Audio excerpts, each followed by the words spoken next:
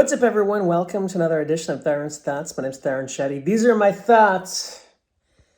Happy Monday. Is it Monday? It is. Hope you guys are doing well. I'm back here in Florida. I was in Indiana this weekend. Thanks to Nick Aza for having me on your show. It was a good time.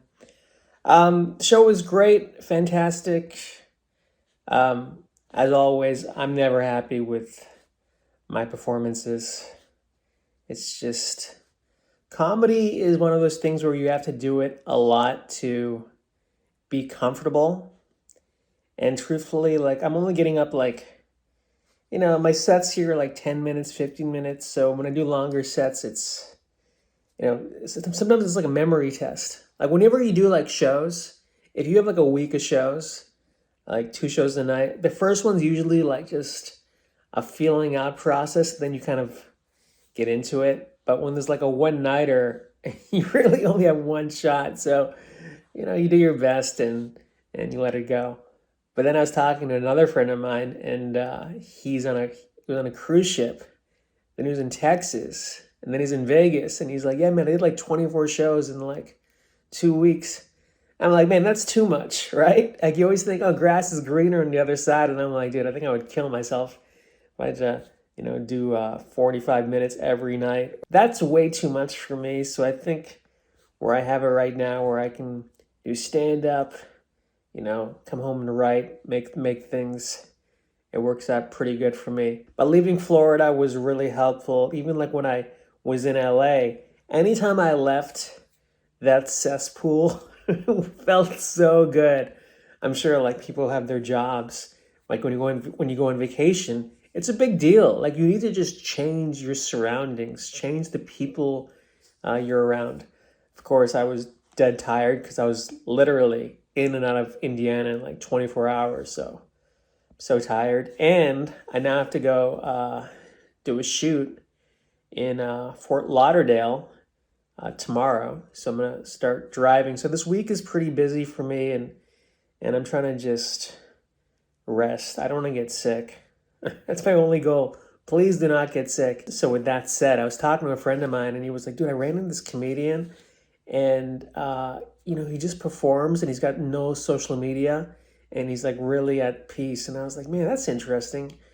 Just to not chase anything and to have no social media and not comparing, because look, by nature, there's only so many slots. Even getting up performing at an open mic or something, there's only so many slots, right? So you've got to be kind of competitive. Me personally, I'm always checking social media. As much as I deny it, I am.